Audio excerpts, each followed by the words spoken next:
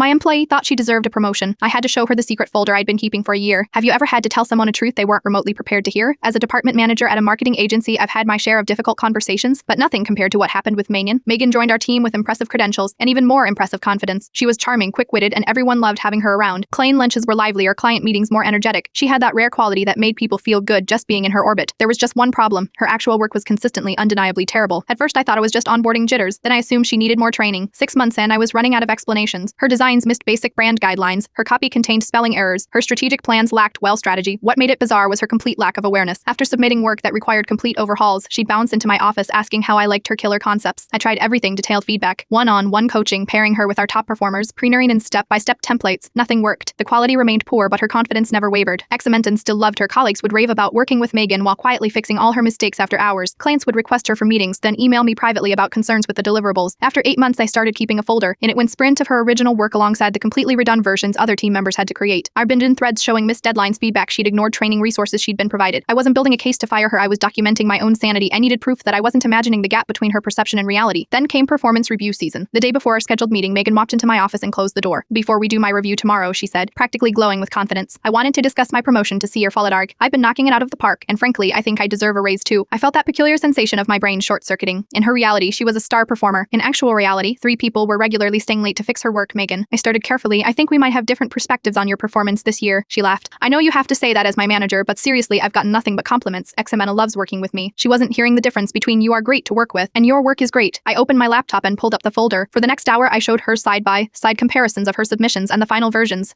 Emails where clients had specifically requested revisions, training resources she'd been given repeatedly. Her face changed as we scrolled through the evidence. The confident smile faded. By the end, she was silent. "Why didn't anyone tell me?" she finally whispered. "We did," I replied gently, "many times. But I think you only heard the positive feedback about your personality and filtered out the constructive criticism about your work." 2 weeks later, Megan transferred to our client relations team, a role that leveraged her intern-honed skills without requiring technical expertise. She's thriving there, recently winning an internal award for client retention. Sometimes the kindest thing you can do is show someone the truth they've been avoiding, not to hurt them, but to help them find where they actually belong. And that folder, I deleted it the day she found her right fit. Some evidence only needs to exist long enough to create clarity.